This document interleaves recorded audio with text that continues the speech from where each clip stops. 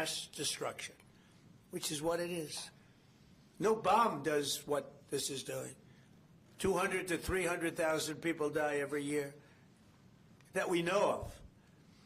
So we're formally classifying fentanyl as a weapon of mass destruction. But before I sign the fentanyl order, we will pin these great service members with their medals.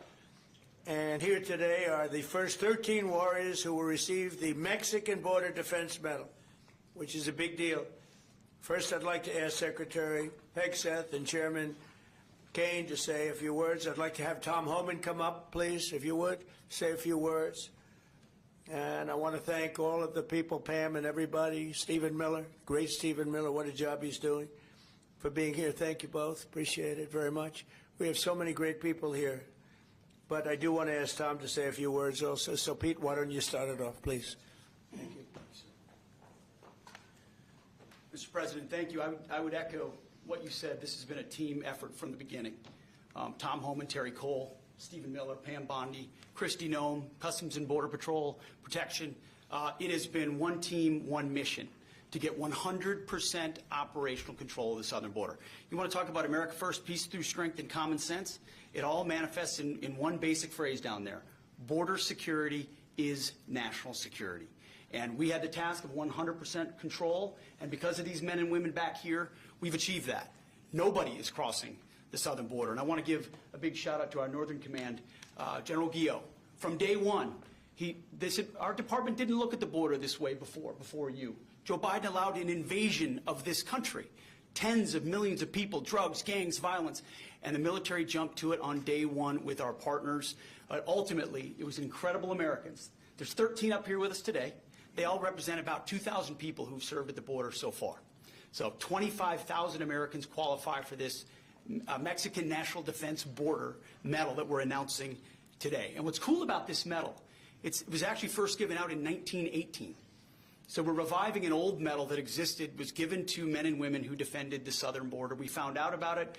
We used the exact same foundry with the exact same imagery, same color, same medal, same everything. So our men and women will be wearing that very same medal as Americans 100 years before who were asked to defend the sovereignty of our country. President Trump was elected to do that. You have done that, Mr. President. We're proud of this mission. We're proud to defend the American people. And pinning these medals on is an example of how important it is to us. So thank you, Mr. President. Appreciate it. Thank you.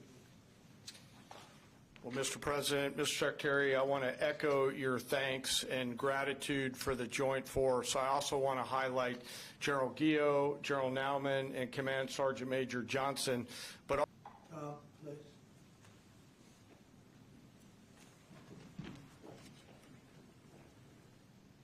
You know, it's always an honor for me to be in the Oval Office with the greatest president of my lifetime. Yes, I said it, and I meant it. You know, I just got home last night. I toured the border in California, Arizona, and Texas. I did it in a four-wheel drive. I did it on the river. I did it from the air. Hundreds upon hundreds of miles of border. I didn't see one illegal alien. Not a single one. I've done this since 1984. I worked for 6 different presidents. None has done more than President Trump. What he has done is give us the most secure border in the history of this nation. Hard to stop. I went to hundreds of miles of border and didn't see one illegal alien. Incredible, considering the Biden administration we had 10, 12,000 a day, most released in the United States. I'm proud to be with these patriots behind me. I'm already proud to be in the Oval Office of the President, but being with these heroes, I met some of these soldiers down on the border. And actually, a shout out to Fort Drum, New York. We got some 10th Mountain Division here, so Elise Stefanik, Claudia Tennant, we all love Fort Drum and the 10th Mountain. So look, this is a game changer. I want to make something perfectly clear, because we get attacked all the time being inhumane. The Biden administration is much more humane. It's a bunch of crap. Because there's been studies done that 31% of women that make that journey through the cartels get sexually assaulted. They get raped. And not just the women, children too. I've done numerous investigations in that. Sex trafficking was at historic highs with that open border. Fentanyl, historic highs that killed 250,000 Americans. No inspector terrorists that came across the border. Record, historic. What happened under the Biden administration was the most inhumane thing I've seen in my lifetime. Now that the border is 96% decline, 96% less people are coming, how many women aren't being raped? How many children aren't dying making that journey? How many women and children aren't being sex trafficked into this country every day? How many known suspected terrorists aren't just walking across that border? President Trump and this administration is saving thousands of lives every month. Hard stop. That's just a stone cold fact. I'm just proud to be a part of this. I work with Steve Miller every day. Steve Miller is one of the most brilliant people I've met in my entire life. President Trump brought together one hell of a team here, and the success proves. We all working together, one team, one fight. We're not done yet. We're going to keep going, and I guarantee you we're going to continue saving thousands and thousands of lives. Secure border means strong national security. Secure border saves lives. Thank you. Thank you, Tim.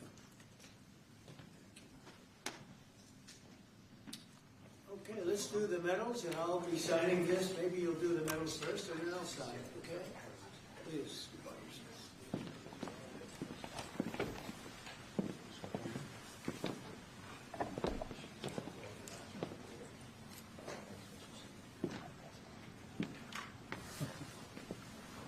Nice medal. It's not bad.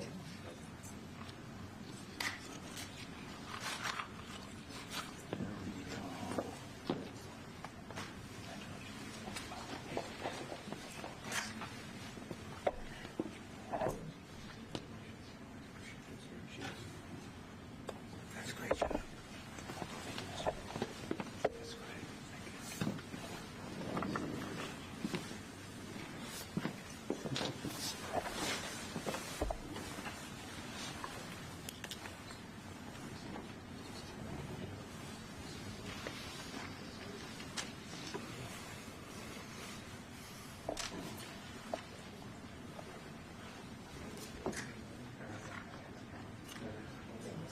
Great job. Great job, fellas.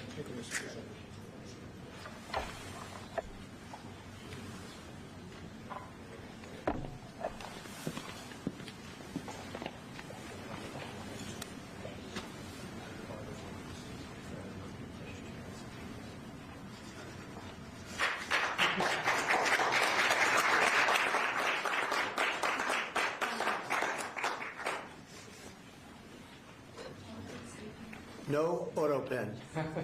None, ever. We don't like auto pens, right? We don't like auto pens. How about gathering around me, and we'll hold this up. Congratulations, it's an amazing job. Come on around, come on around. Let's take a good picture.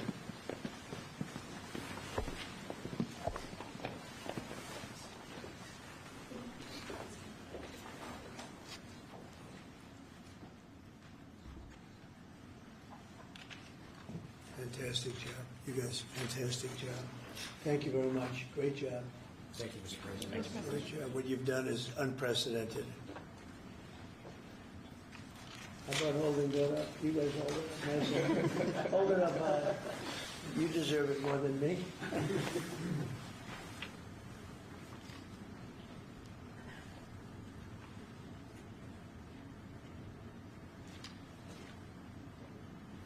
So I'm going to give you another medal, though, that may be more beautiful. I'm not sure it means as much, but it's really good, okay? This is gun medal. This is the one the military loves. So we're going to start, okay? Thank you. Here you go. Thank you, Mr. It's President. pretty nice. Want to compare it? Let me see, compare it. Let me see how that looks. I don't know. That looks pretty good. Thank you, Mr. But that means something very special. Thank you, Mr. President. Thanks, Mr. President.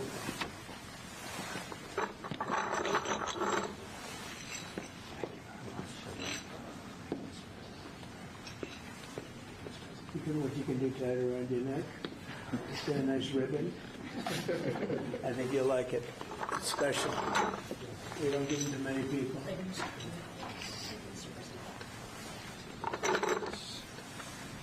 you, Mr. President. Thank you, Mr. President. Come on over here. Come here. Look at this guy. The man that made it happen. That's four sides up big. That means a lot up there.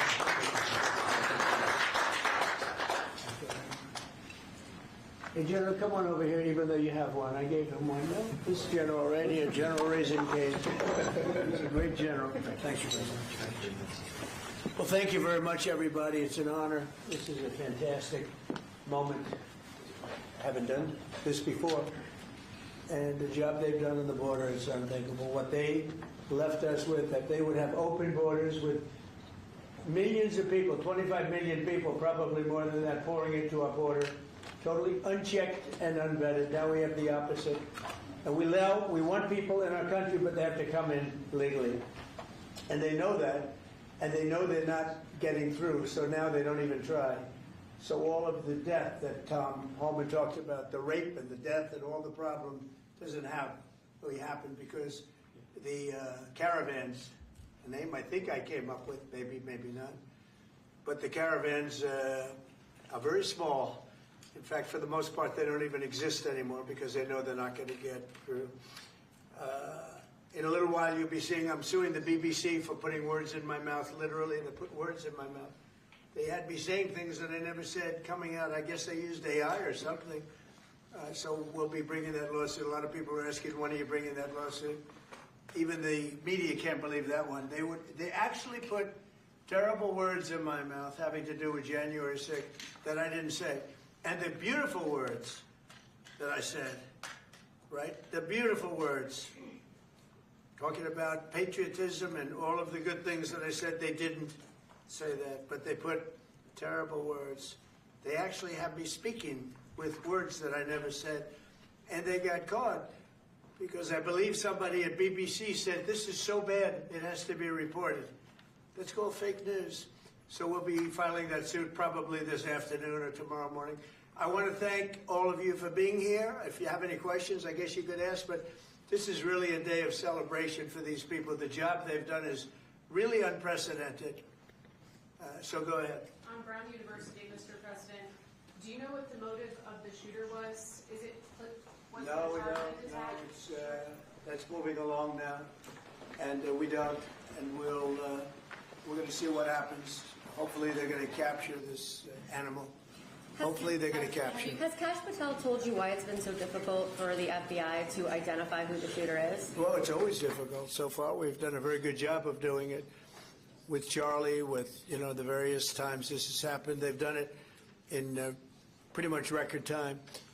But you really have to ask the school a little bit more about that because this was a school problem. They had their own guards, they had their own police, they had their own everything. But you'd have to ask that question really to the school, not to the FBI. We came in after the fact, and the FBI will do a good job, but they came in after the fact. Do you know if it was targeted, Mr. President? No, they don't know that yet, no.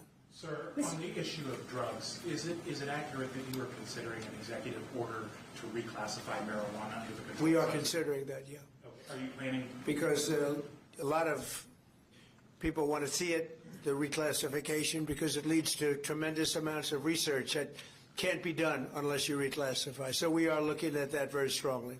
Mr. President? Mr. President, Katie? is it true that the reports that you rebuked the Israeli Prime Minister Yes. are the reports that you rebuked the Israeli Prime Minister for the hit on the Hamas general true? And is Israel undermining your efforts to be a peacemaker? No, Israel and I have gotten along very well.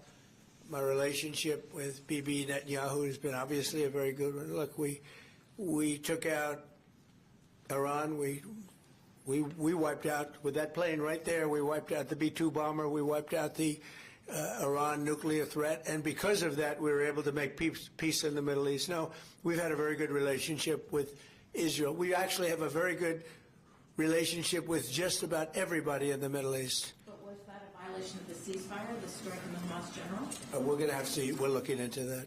Mr. President, on the Syria ambush of U.S. forces, do you still have confidence in the Syrian president? I do. I mean, this had nothing to do with him. This is a part of Syria that they really don't have much control over. And it was a surprise. He feels very badly about it. He's working on it. He's a strong man. And no, this had nothing to do with the Syrian government. What This will had the- to do with ISIS. What will the U.S. response be? As a response, they'll be hit hard. Yeah. Javier Negre, Real America's Voice en Español. First of all, thanks for honoring these Thank you. heroes. The communists have lost Chile. The pro-Trump candidate, José Antonio Cast, won the elections. Do you think this right-wing wave in the Spanish world is due to your influence? Well, we just had a good one in Honduras, as you know. Had a great election there. I endorsed somebody that was not leading, and he won the election. And we had a good one just a couple of hours ago. I found out in Chile, the person I endorsed, who was not leading, ended up winning quite easily. So I look forward to paying my respects to him. I hear he's a very good person. Yeah. Mr. President, thank you, Mr. President. This year you fired Democrats from a number of federal agencies, and now going into 2026, there are some key regulators like the SEC, the CFTC that are going to have 0 Democrats. Do you plan to appoint Democrats to fill those empty spots, or do you think that federal agencies shouldn't have Democrat commissioners? Well, do you think they would be appointing Republicans if it were up to them? So, we'll look at it. Look, we want to be fair, but typically they're not appointing Republicans. So you're asking me the question whether or not I'd appoint Democrats. But there are certain areas that we do look at, and there are certain areas that we do share power. And I'm open to that. Please. Mr. President, a number of Republicans have denounced your statement on Truth Social after the murder of Rob Reiner. Do you stand by that post? Well, I wasn't a fan of his at all. He was a deranged person as far as Trump is concerned. He said he knew it was false. In fact, it's the exact opposite, that I was a friend of Russia, controlled by Russia. It was the Russia hoax. He was one of the people behind it. I think he hurt himself in career-wise. He became like a deranged person, Trump derangement syndrome. So I was not a fan of Rob Reiner at all in any way, shape, or form. I thought he was very bad for our country. Yeah. Blue slips, Mr. President. Leader Thune doesn't seem like he wants to get rid of blue slips. Will there be consequences for the Senate if they? Well, I think they should get rid of blue slips because as a Republican president, I am unable to put anybody in office having to do with U.S. attorneys or having to do with judges. In other words, if you have one, not two, you don't need two, just one. If you have one Democrat senator, where we have a lot of them, you have one Democrat senator in a state, it is not possible to appoint, because of blue slips, a judge. It's not possible to appoint a U.S. attorney. You see that happening. And I think it's a disgrace. I think blue slips are a disgrace. They've long since, they should not be relevant anymore. This is a different world than it was 15, 20 years ago. That was a gentleman and gentlewoman world. This is a little bit different, unfortunately. Yeah, please. Mr. President, what do you want to see Congress do this week as it relates to health care and the expiring ACA? Yeah, that's a good question. I'd like to see the people get the money. I'd like to see all of the money that's going to the Democrat insurance companies. The insurance companies are making a fortune. They're up 1,700% and more. And they're taking in hundreds and hundreds and hundreds of billions of dollars, even trillions of dollars. And Obamacare gives you terrible health care. Just so you understand, Obamacare was set up, and I said it right from the beginning, for the benefit of the health insurance companies, They're making billions and billions of dollars. Their stock is through the roof. I don't want to give them anything. I want all money going to the people and let the people buy their own health care. It'll be unbelievable. They'll do a great job. They'll get much better health care at a much lower cost. Sir, would you like Republicans next year to just use reconciliation to do with health care exactly what you laid out, and they wouldn't have to worry about Democratic votes? Well, that or knock out the filibuster. If you knocked out the filibuster, it would all go away. But we have a few people that wouldn't do that. It's crazy. Look, we should knock out the filibuster. And if you did that, we'd get voter ID. You'd have no mail-in voting, all things that make our elections dishonest. And you'd get a lot of other things having not even to do with voting. But Republicans should knock out the filibuster, and we should approve a lot of things. You wouldn't have January 30th looming because, you have the 30th of January looming. You know that, right? And if we knocked out the filibuster, it would be just a simple approval. But you have some Republicans, they're unable to explain why. You know, if you ask them why, they're unable to explain it. They cannot win the debate.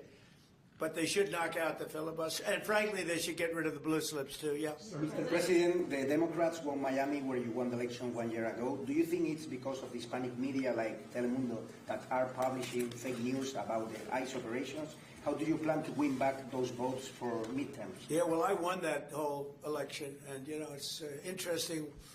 When I'm not running, we don't do as well. Yeah. And I'm going to try and get that changed for the midterms. But we did have a big win in Tennessee, as you know. Matt Van Epps had a big win in Tennessee against a very strong candidate, attractive candidate, who a lot of people thought would do very well, and Matt won by a lot, and I won Tennessee by a real lot. You know, we had a great election. We won every single swing state. We won the popular vote. We won everything, and there's a thing that they have now, districts, which is a big deal.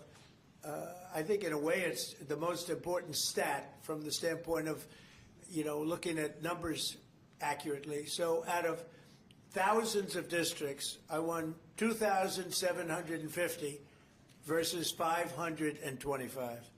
Think of that, 2,750 versus 525. It was great. That's why the map, when you see a map of the election, it's all red other than two little narrow lines on the other side, please. Sir, Jimmy Lai was convicted today in Hong Kong. Do you have any reactions? I feel so badly. I spoke to President Xi about it, and I asked to consider his release. He's not well. He's an older man, and he's not well. So I did put that request out. We'll see what happens. Okay? Yeah, please, Katie.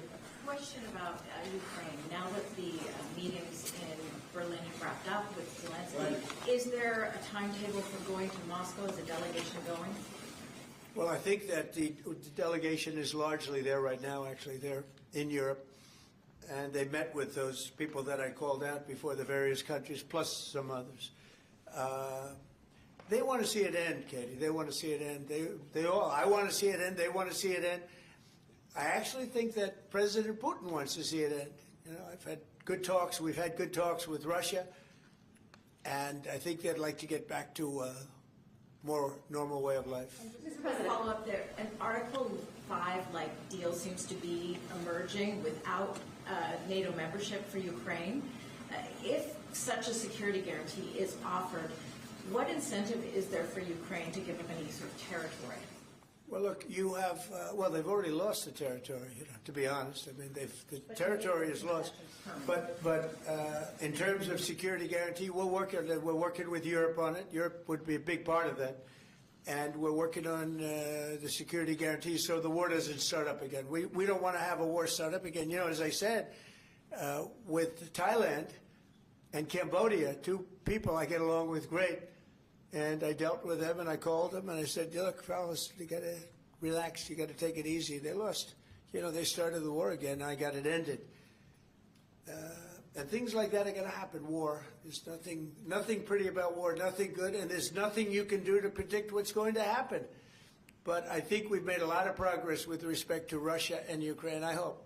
You know, last month, it was close to 27,000 soldiers were killed, mostly soldiers, but 27,000 people, but mostly soldiers were killed last month in Russia versus Ukraine. Is there a time limit on security guarantees? Well, there's no time limit. The time limit is whenever we get it done. I mean, we're going to try to get it done. We're making progress. It's more difficult than anybody could have thought. I would have said that half of the wars that I got settled, some were going for over 30 years, that half of them should have been more difficult, and they actually haven't been. There's a lot of dislike between the two leaders, you know that, and so it probably makes it a little bit tough. Have you spoken directly to Putin? Have you recently spoken directly to Putin?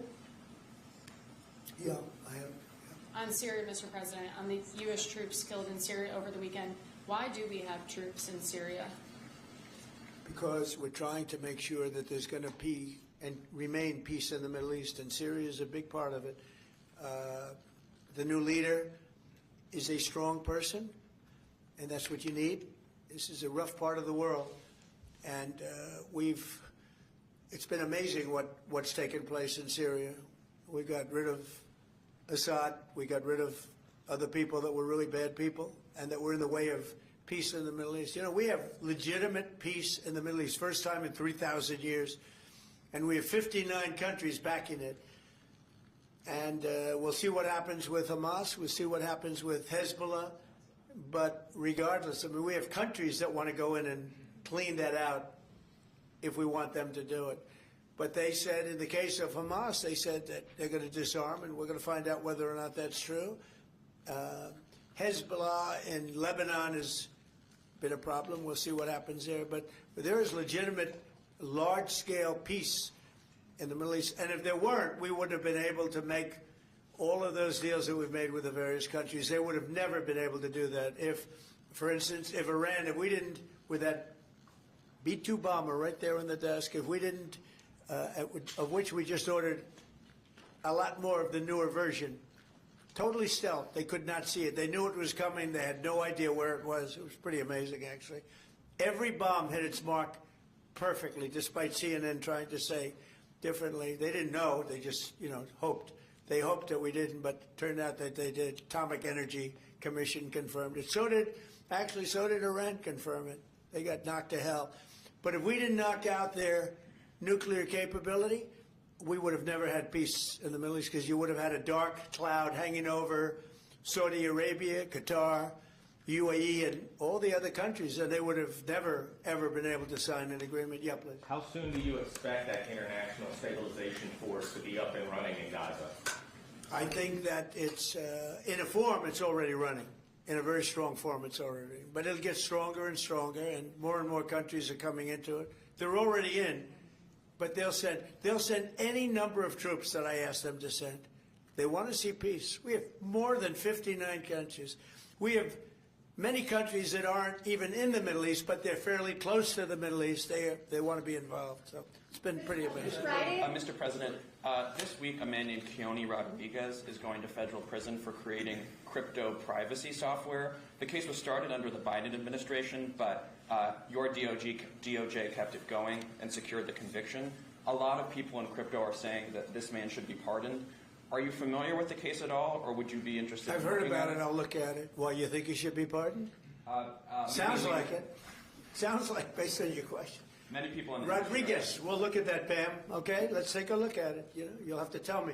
I don't know anything about it, but we'll take a look. On Friday, Yeah, please. Mr. President, market analysts are calling for a Santa rally. Typically, it's 5 trading days going to Christmas. In the first 2 trading days in January, that's a sign of market optimism. Do you anticipate, along with the historical low gas prices, that continuing into the first quarter? Well, we've had the greatest stock market in history, Brian. We have a stock market that's gone up 52 times to new highs during a 10-month period, my 10 months. My first 10 months, we set a record. 52 days, we had the highest stock market in history, including a day ago. And I didn't look today. Maybe it's up today, I don't know.